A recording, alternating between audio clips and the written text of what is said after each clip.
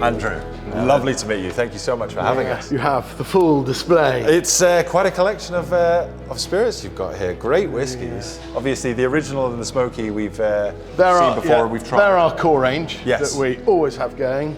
Anything in a white cask is small batch, so we try and re-release about every 18 months. Okay. But it's normally limited to about 4 or 6 casks. Okay. Anything in red is single cask bottlings. Distillery only, or sometimes there's around distillery only. Okay. Don't do anyone else. So something to grab before we go. Yes. Okay, they're the really interesting ones. Fantastic. So are we going to be able to have a little tour of the distillery today? Absolutely. We're really excited to see what you guys are doing. So, family owned. Family owned. And you set it up with your dad, when was it? 2005 is when we agreed to do it. Okay. 2006 we were up and running with stills firing. I think we were very fortunate that unlike watching most new stills start today, where there's fundraising and grant getting and committees and investors, we were very lucky to have, we already owned the land. We've had that forever. Okay. The river running through it, etc. We had our own building company, so we didn't need to go out for quotes. Okay. So when we finally agreed to do it in September, we had all the plans for this building with the planners by October, planning permission in January, and we were building in March. Wow, okay. Which is cool. And very quick. Yeah, and had the stills on later that year.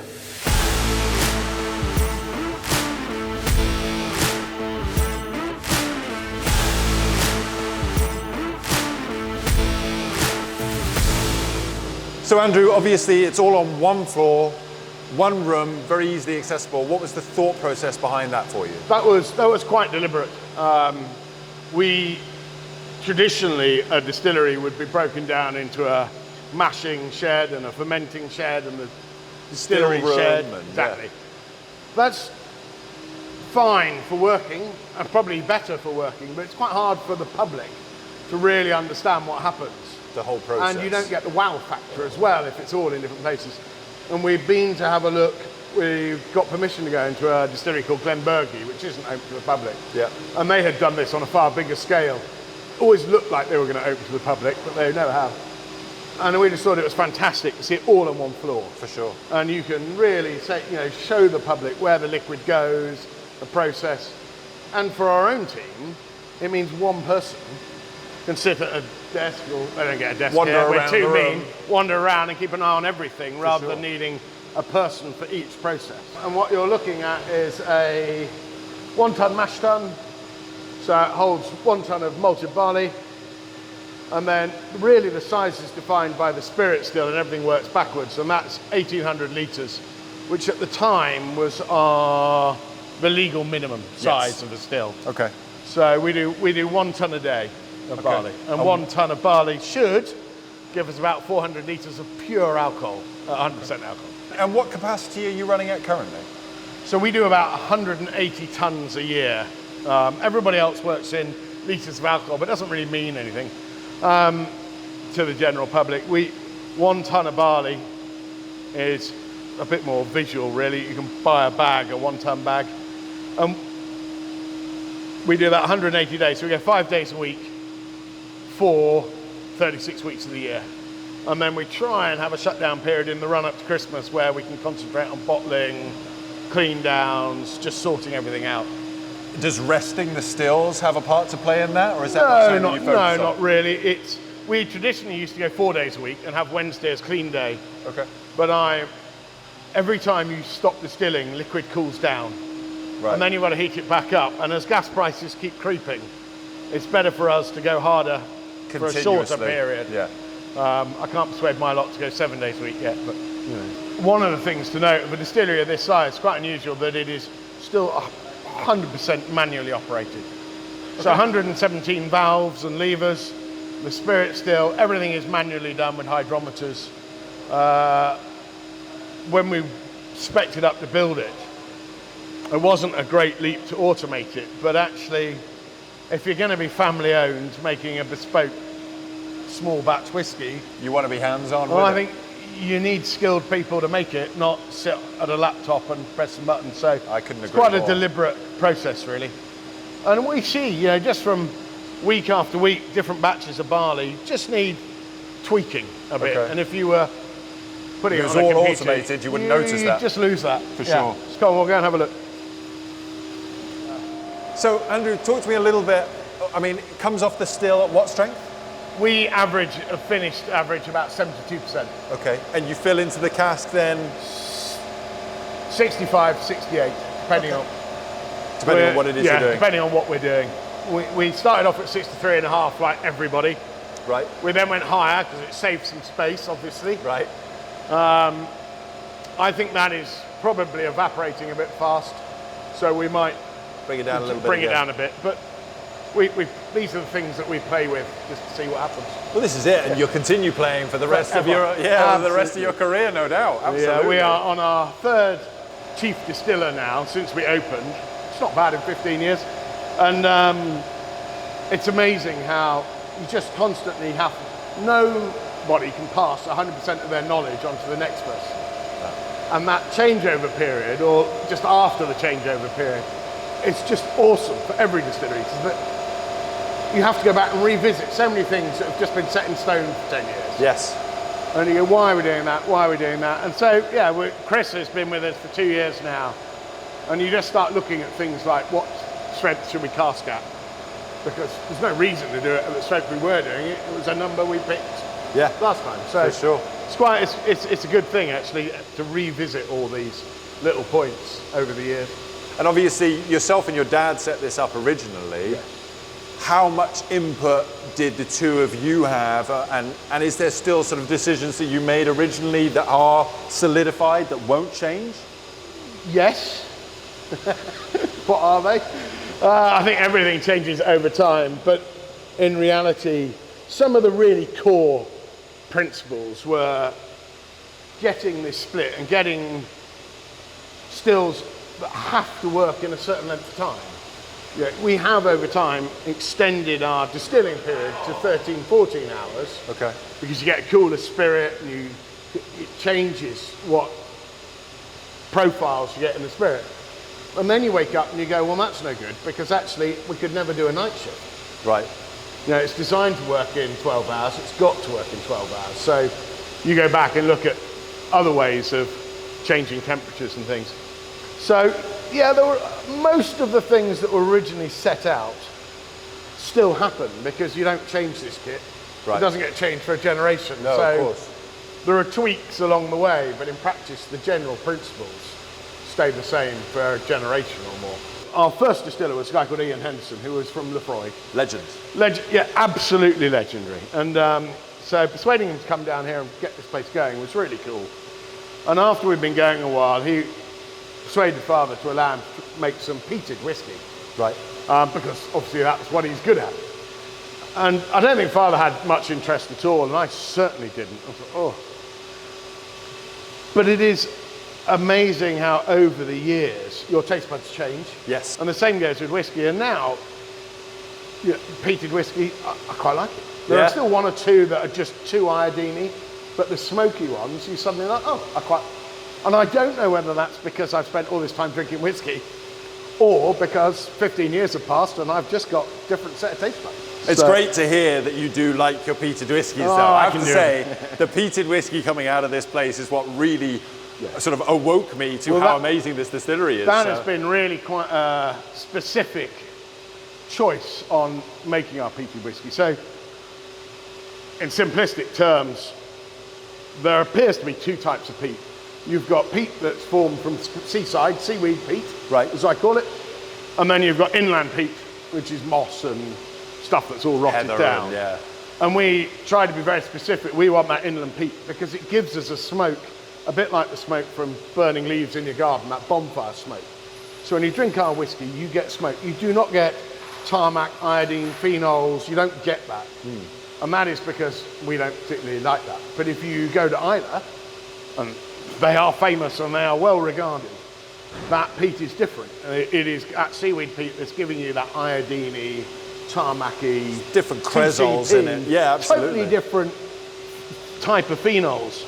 And the reason we've gone down ours is, one, I like it, and two, I think it is more accessible to other people. And the whole point of this was, originally Father said, we're going to make the very best whiskey in the world. There are no shortcuts. And then when he got asked about, what casks are you going to use, what barleys, you're like, no, there are no gimmicks. We're not trying to make something that's weird and wacky. We just want something that you want to share with your friends when they come to visit. Right. Well, so I have to say, I think you're doing a great job of it, everything I've tried thus far. Cool. And the good thing about it as well is it's not middle of the road. No. You're not trying to be pleasing everyone. You can't. You're trying to create something really high quality. Yes. But that fits in here. So Andrew, I can see the liquid has just started flowing in your spirit safe. Well, does that mean that it's time to maybe head across to the warehouse and do a little sampling or something like that? Leave them to get their work done and get out of the way. Let's go.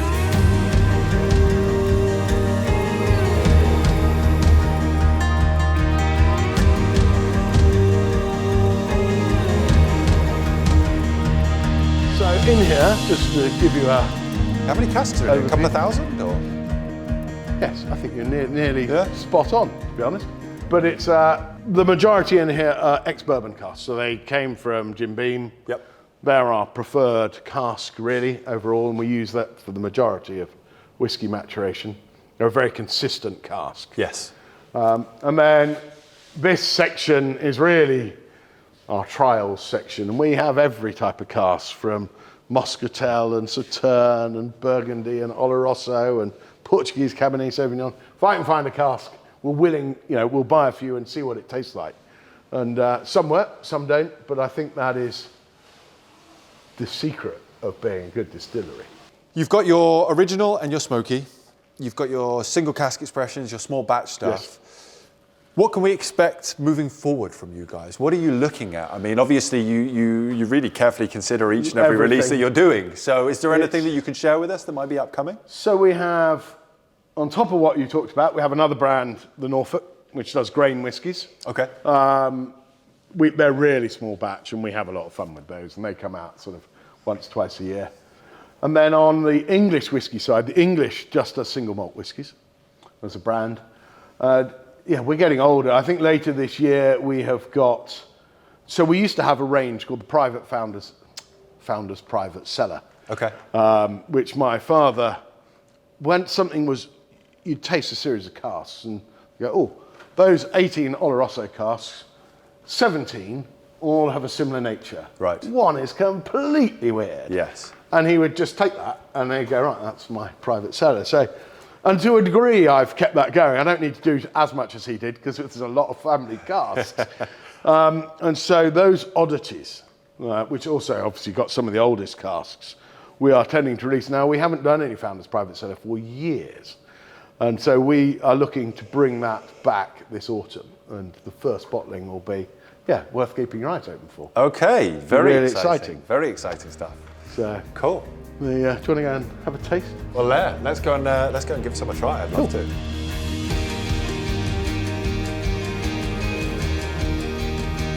So this is on 2. Lovely.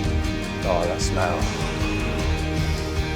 So it never really gets old, does it? In here is predominantly ASB casks. You can see there's quite a bit of virgin casks as well. Okay. And then here, we're going to taste a few bits and pieces. Cool. What are we going to go for? So, what we've got is, I will just have to check on the side of the cask, but we'll start obviously with an unpeated. I think what we've got here. So we've got a refill in here. So this is a refill. It was distilled in 2014. Was this one? Okay.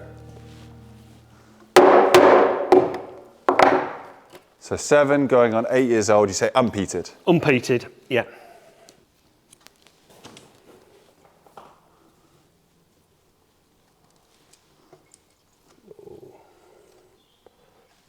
So, there she blows. Thank you very much.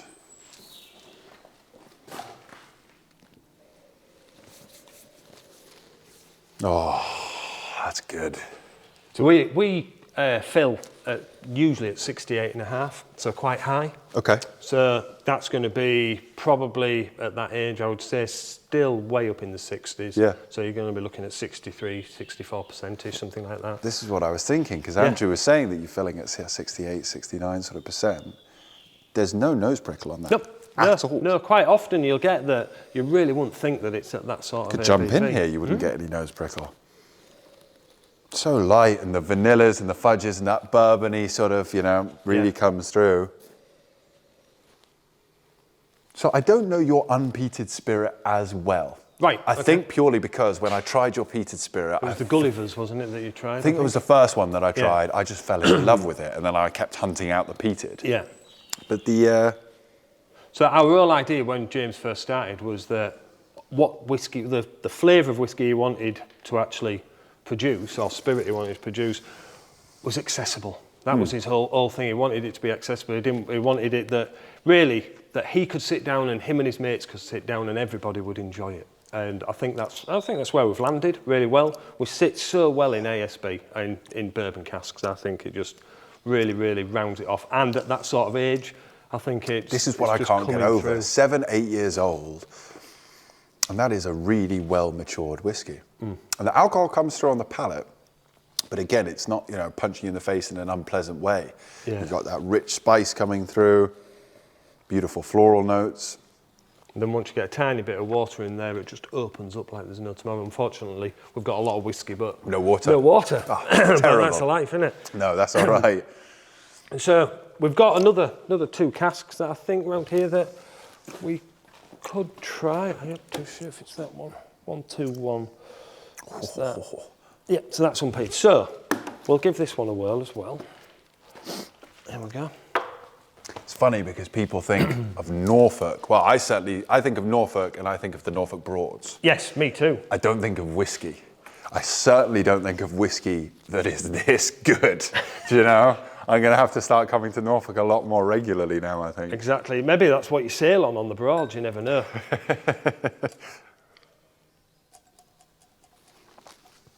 So we've got a slight different beast here. So this one, age-wise, is 2015. It's a refill ex-bourbon. Okay. But it spent the first year of its life in a virgin cask. I was going to say, it looks quite colourful. That's where your colours come from on it. But I always think it just gives it. We do that quite often, and that just gives it that. Just a year or two in virgin. Just a year to start with.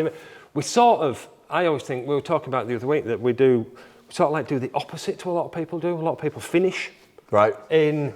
Like do it in bourbon for X amount of years and then finish it in a wine or a virgin or something like that. And you think a starting period is the way to go? We start it and then let the bourbon really just gradually mellow it out, and just so you get that robustness to begin with, and then just mellow it out over time. And it's amazing because the difference in colour as well, and obviously colour has a lot to say for our smell. What we think we're going to. Correct. The smell and the look of something definitely affects our perception.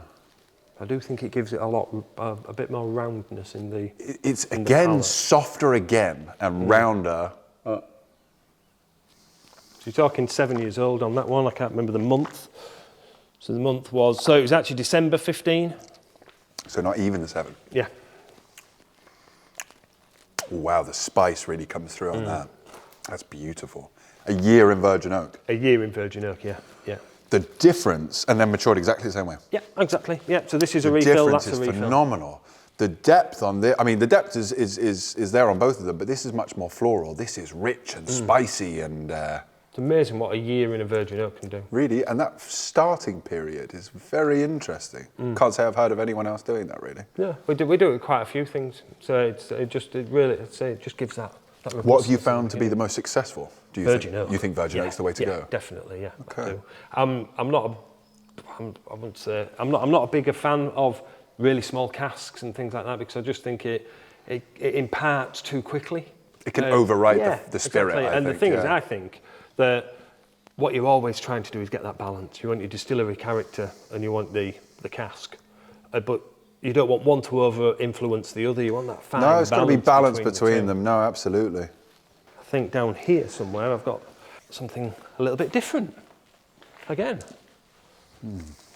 So what we got? So 197. There we go. So, What's this one now? so going on to a bit of peated. Okay, this is what I'm here for. But this is actually a little bit different peated. I don't think you'll have had this before, from Okay. us anyway. So this is from 2011. Okay. So it's a bit This older. is one of your older whiskies then. It's triple distilled and peated.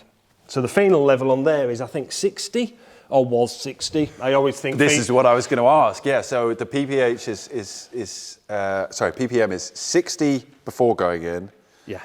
So it's 60 the grain, The grain, yeah. which I always think ppm gives you a guide, but depends what happens with the distillation. Difficult. And a triple fermentation. distillation versus double distillation must wipe out a lot of those phenols, right? Yeah, it does. But what I usually find, I've not tasted that one yet actually, but what I usually find with our triple distilled peated ones, which we do literally only about half a dozen casts a year of or something like that, is you don't get so much of it on the nose, but then it builds slightly on the palate, and every time that you go back into it, you're getting a little bit more and a little bit more. And again, that's going to be over 60%. That's going to be around the 60, 62% markish. But then it builds lovely wouldn't old know tune. Yeah. 60%, it goes down like a dream. That is the peat I love. I think for us, not for us, for my personal palate, I love peat. Yeah. And I think that to around about the 8 to 10 years old, our peated is Sweet spot. I think it's absolutely bang on. I really, really do. And some of them ones that we've got in there are like about 62, 63 ppm, and they really, really shine, and they've got a little bit of brininess on the back end of it and that sort of thing, which is what I really love. But none of the dryness. You've still got that sweet distillery character coming through. You really do, 100%. God, where'd you get your peat from? So all our malting is done at Crisps. Okay. Fakenham, which is literally 20 minutes up the road. Yep. Unfortunately, they don't have a peating plant, so that's actually done at Port Dungus, I think it is, in Okay. Scotland, which belongs to them. And so that's where it's actually peated and then sent back down here. Okay. So I it's think in Scottish England, mainland yeah, peat? Yes, yeah. So it's all mainland. So you like him? This is my favourite. Yeah. Which isn't surprising because I it's came. peated, But to start off. the triple distill definitely adds another layer. What do you think the chances of me swindling my way into one of these triple distilled peated casks are? We'll go and have a look and Yeah, we have look a at the little chat? commercials and that sort of thing, and Okay. see if it all fits. Well, thank you for considering us, No mate. problem. That's all right. You're a good man. Great to see you. Lovely to see Thank you you too, very much. sir. Thank you.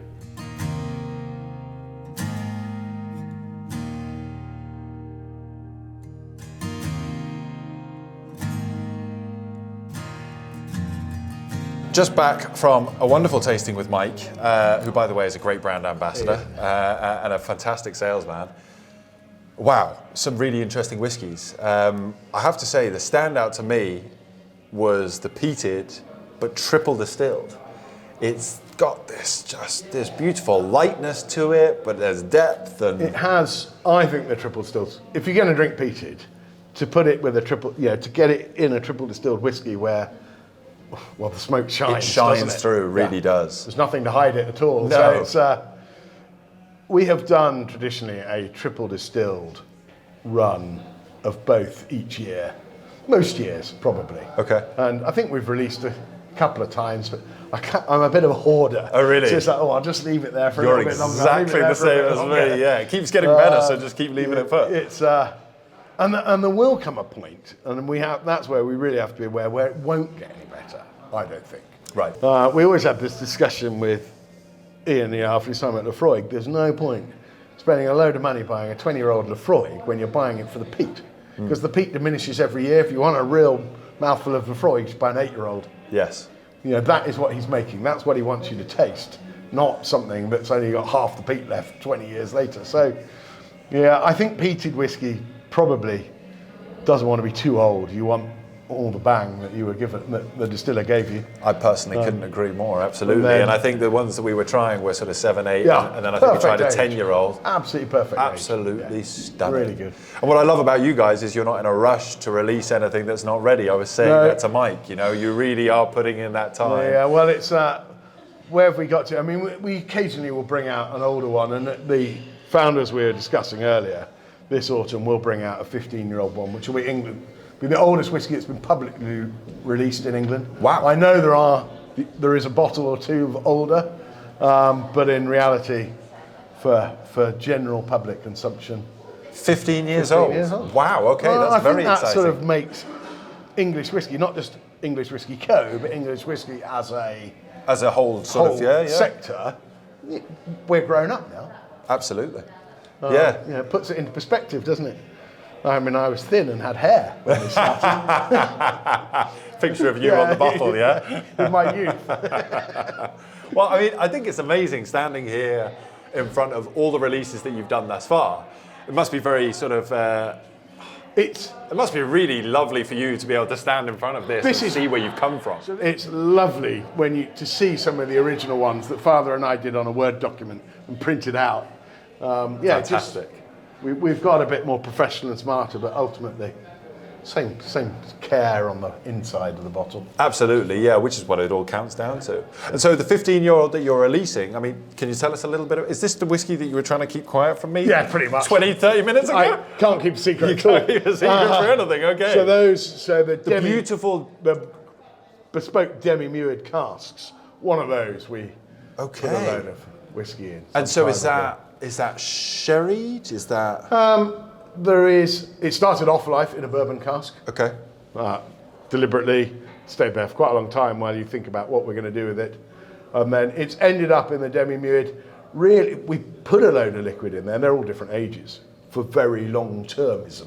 Yes. But then we were tasting one the other day and went, oh my God, it's really nice. So out it comes again. Fantastic. And those casks were medium toasted and medium charred, but they hadn't held anything before. Okay. So yeah, it's a bit of European oak. They will have. It'll surprise you when it comes out. I can see the excitement in your eyes, to be honest. I'm not giving too much away, but it'll be worth hunting down come the autumn. I'm already getting a little bit thirsty, to be honest. All right, 15-year-old to look out for. 15-year-old, yes. Okay, fantastic. Well, I tell you what, actually, what we'll do is we'll keep this back. So when you guys are finally seeing this at home, the 15-year-old will have been released. I'll tell you what day. Okay, we'll keep our eyes peeled. Andrew, thank you so much for having us. It's been a joy. You've got an absolutely amazing distillery. Yeah. Really looking forward to watching you grow, and hopefully maybe even getting a cask under our own brand. It would be such a pleasure. So thank you for having us, and all the best of luck moving forward. Thank you very much. Take care.